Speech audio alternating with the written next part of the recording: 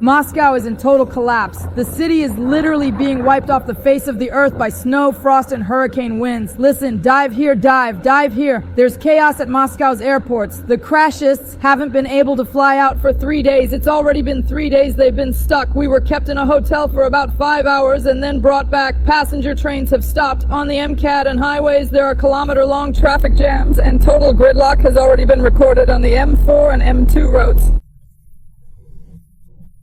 Accidents everywhere.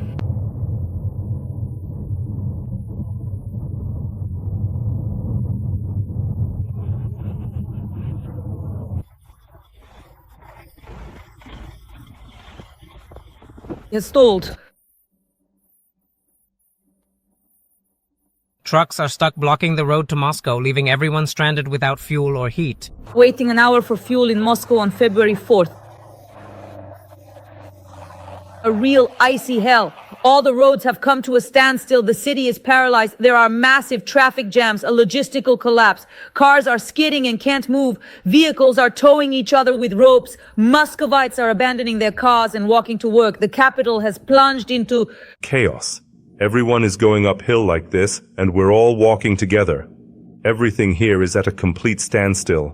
Lightning, my friends. There's a collapse in the pandemic in Moscow. Panic. Moscow is under the powerful cyclone Francis. It burst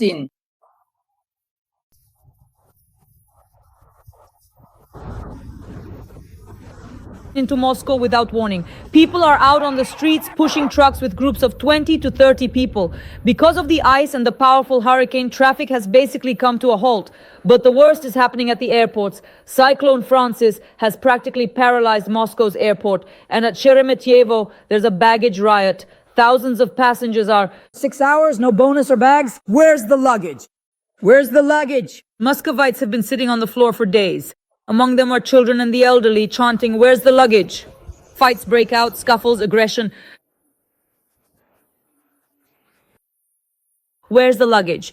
Muscovites, including children and the elderly, have been sitting on the floor for days chanting. Fights and aggression break out. People are locked in planes as the collapse spreads beyond terminals. Lacking ramps and buses, passengers wait on board for hours after landing. 500 flights are delayed and hundreds cancelled at Domodedovo and Vnukovo.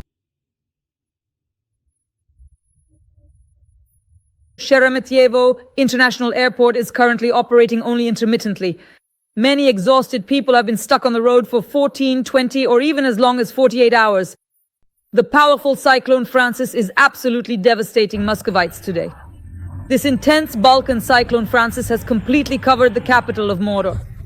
We are seeing a massive blizzard, dangerous squally winds, and total chaos.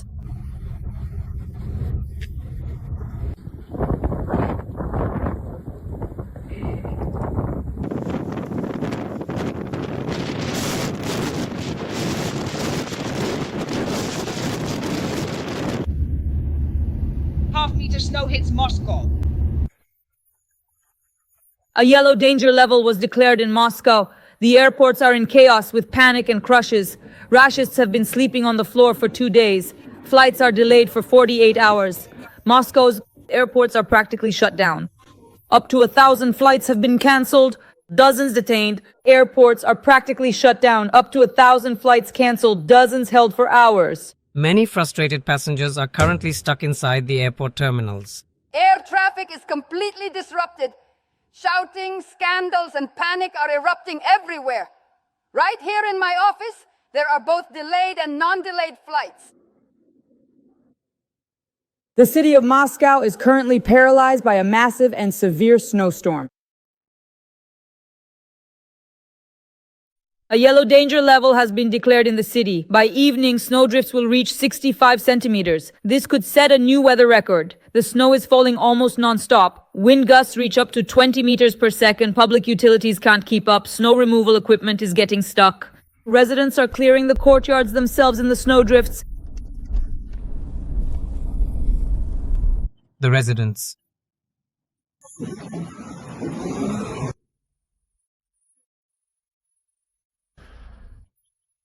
So that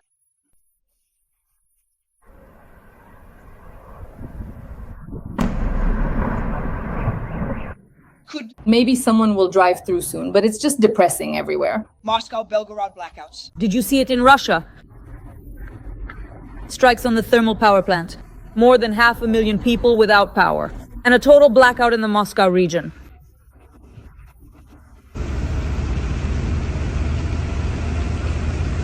Strikes on. The thermal power plant. More than 500,000 fascists without...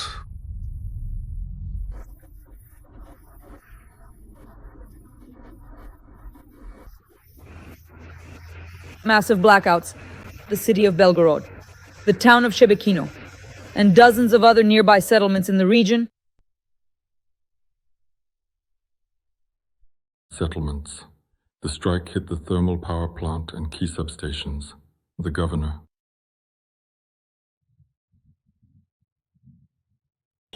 Panic strikes this morning. Overnight shelling left 556,000 without power. The lights just cut out after an explosion.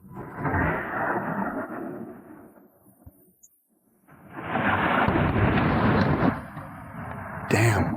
What the hell is going on here, seriously? Shit, there is absolutely no way this is happening. That is it. The entire city has gone completely dark. The iron ring around Moscow is tightening every second.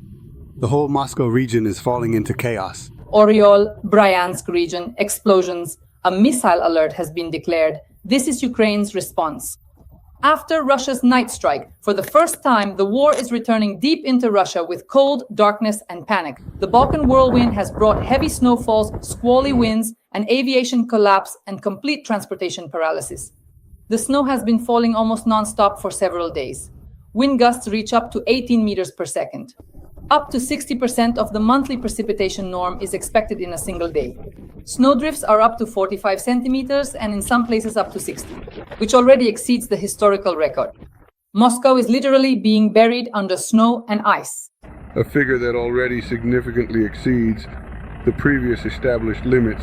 According to the historical record, Moscow is literally being buried under massive amounts of snow and ice. This heavy snowfall has brought the capital to a standstill as emergency crews struggle to clear the streets and maintain basic services during the freeze. Airports.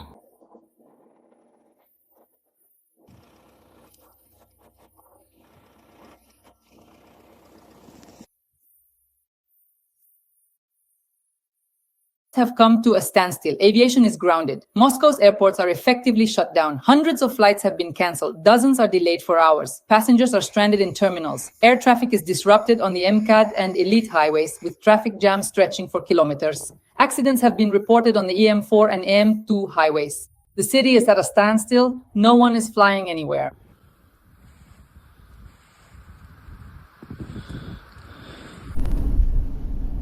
There is an aviation collapse at the capital's airports. Flight cancellations, panic, evacuations, hundreds of flights affected. At the aviation airports, there is an aviation collapse, flight cancellations, panic, evacuations. Hundreds of flights are unable to depart from the airports.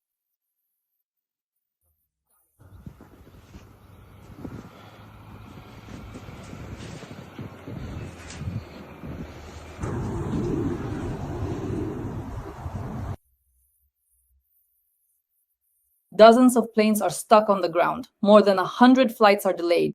The total number of delays is over 100. A yellow danger level has been declared in Moscow. One plane is stuck, just standing there. The others, accordingly, can't turn around.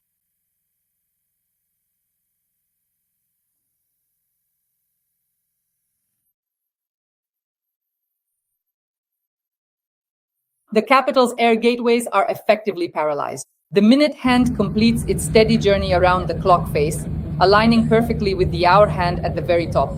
Internal gears click with precision, and a single resonant chime echoes through the quiet room, signaling that the time is exactly 1 o'clock. This solitary strike marks the start of a new hour, filling the space with a deep tone that lingers briefly before fading away, leaving only the steady ticking of the pendulum behind. traffic jams, accidents, and chaos. On the M4 and M2 highways, there are traffic jams and accidents, cars are skidding, and public transport is operating with disruptions. Utility services have been put on emergency alert. Nearly 30,000 people and about 10,000 pieces of equipment are involved. The snow is falling faster than it can be cleared. Moscow can't keep up. And in the Moscow region, there are total blackouts with power outages in several localities. No electricity, no heat, and no water. In some places, the power is out. In others, there's no heat and there's no water. People are complaining about cold apartments and lack of water. And this is just the beginning. But the most important thing is the Belgorod region. There, it's simply a humanitarian disaster. That's where the situation is the most severe. More than 500,000 people are without electricity, heat, or water. Beyond water shortages, cold apartments signal a growing humanitarian disaster in the Belgorod region. Following overnight shelling of engineering infrastructure, over 500,000 residents are now without electricity, heat, or water as of 6 a.m. today. The specific numerical value we are currently discussing and focusing on in this particular context is exactly 556, which represents the total count or the final sum that has been calculated after a very thorough and detailed analysis of all the available data points and relevant information that we have gathered throughout this entire process from the very beginning until this present moment. 600,000 lack power and 200,000 lack water. Worked. Currently, more than 500,000 Russian citizens have been left completely without electricity, essential heating, and clean running water. Unfortunately, Today. rough morning for Shelling left 556,000 without power. Signals gone after the Oriol CHP plant hit.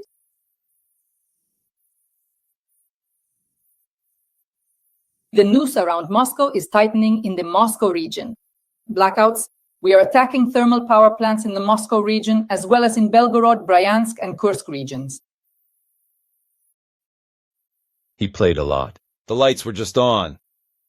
Something exploded. We're hitting plants in Moscow and border regions. Blackouts spread as the noose tightens.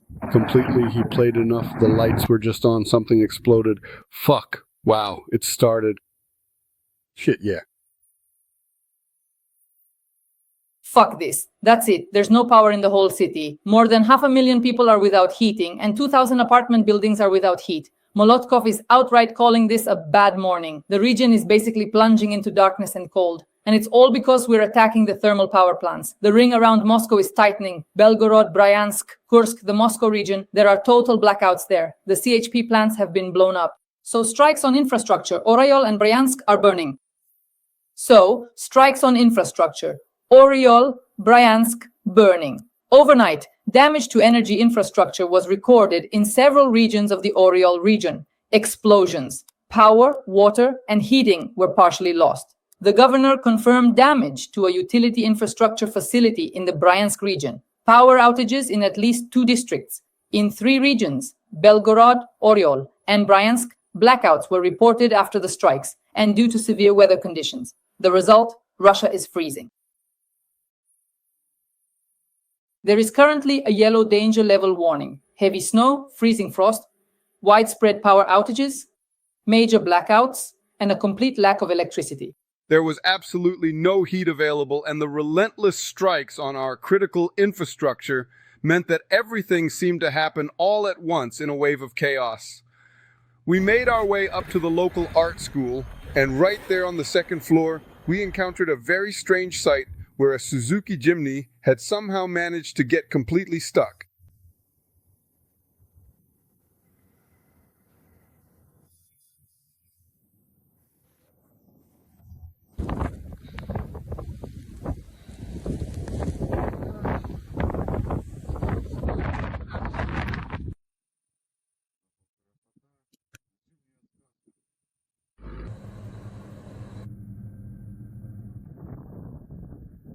There's still a car sticking out there, but it's beautiful.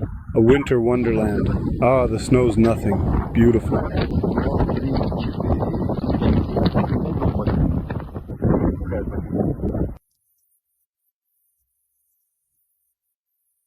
Cities are left without electricity, heat, and water. Aviation is grounded. Utilities. Our current system simply can't manage this heavy load. Freeze, freeze, wolf tails. You shall absolutely not be allowed to pass. Damn, because of idiots like these people right now? In the end, you will eventually end up going to school.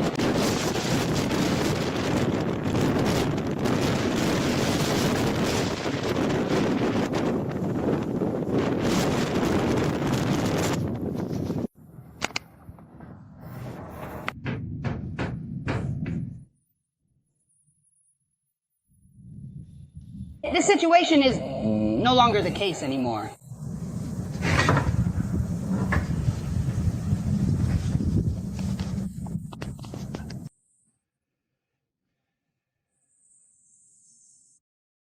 Just bad weather. This is a systemic crisis that is hitting the country right now, and we continue to follow the developments. Friends, please like this video and subscribe to my YouTube channel, Dasha Shastlivaya. And in the comments, write a few kind words in support of Ukraine. And now take a look at an analysis of top-tier Russist propaganda. Hello, dear friends. Unfortunately, this morning is not a good one at all.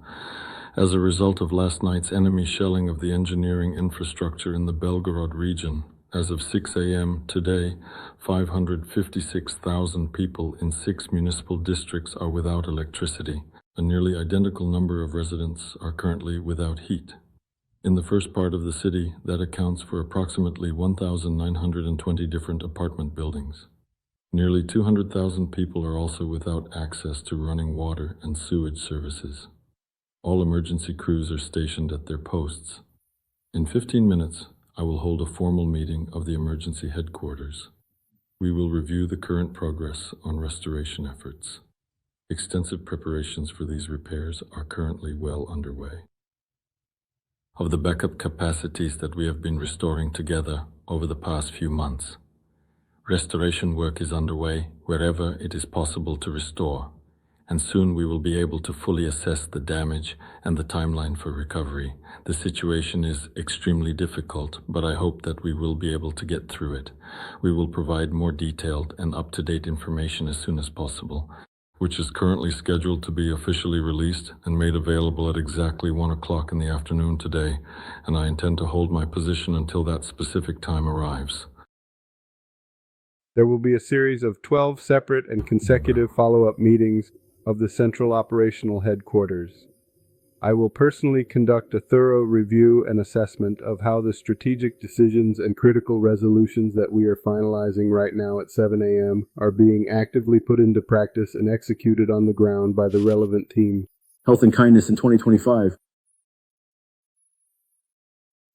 We have already discussed this. A wide variety of different types. A wide variety of different topics. And furthermore, Deep down in our hearts, we truly want to find something positive to hold on to in this situation. However, despite our best efforts and most optimistic hopes, it seems increasingly clear that things simply won't work out the way we planned. But then again, when you stop to consider the reality of our circumstances, we have to remember that we are currently in Russia, where things often follow their own unique and unpredictable path.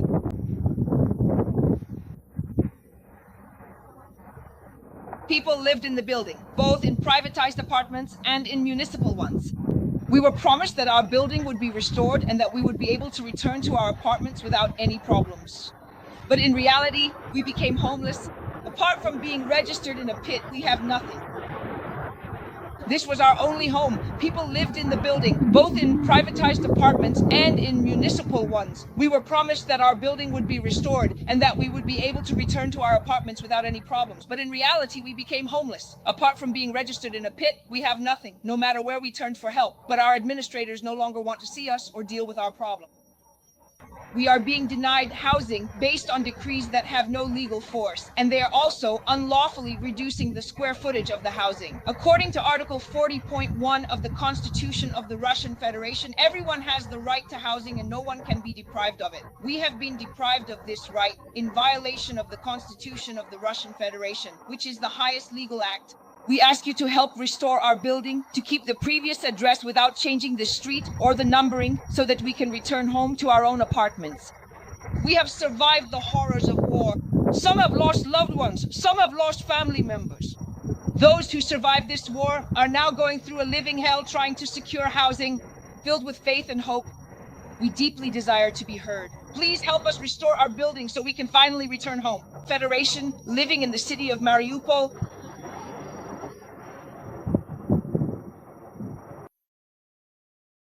Residing at 16 Moskovskaya Street.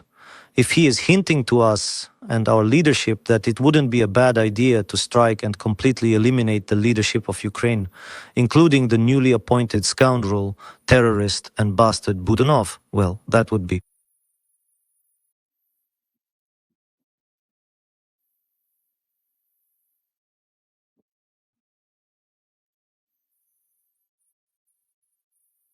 So Maduro made the right decision, didn't he? India could have a very interesting perspective on this.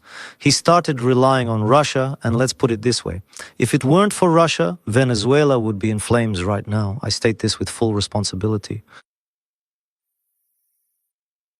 We did a lot to preserve peace in Venezuela so that today Trump could call and, have a heartfelt brotherly conversation with Maduro. And why is that? Because he realized that playing games with us is simply impossible now. All those tricks, deceptions and scheming, those days are over. We made a decision. We didn't let the Americans tear Venezuela apart. How did we do it? Well, someday there will be movies made about it, books written about it. For now, it's a secret. But believe me, it was done brilliantly. It was done by people who gained real combat experience during the special military operation. It was done fantastically well, and it was done in advance because we had intelligence. We prepared so thoroughly that when Trump tried to send in the fleet, he realized that this fleet would sink near the nearest peninsulas.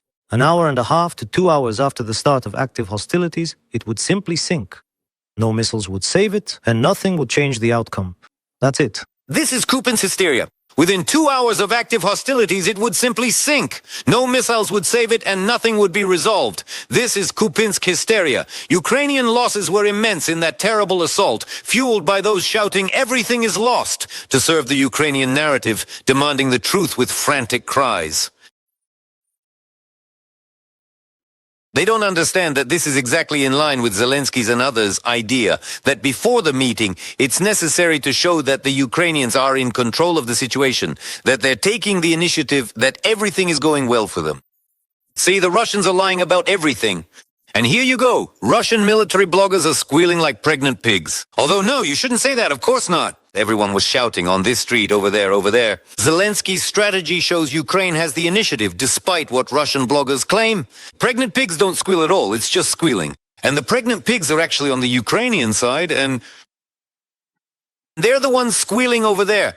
And ours, well, let's say, are cawing like crows, saying everything is lost, and they're the only ones telling the truth, and urgently. Buy NKVD Finnish knives, and with that money we'll help the front, for which we're now doing everything possible to make things worse. If such a situation had happened during the Great Patriotic War, there would have been no Operation Bagration. Nothing would have been possible.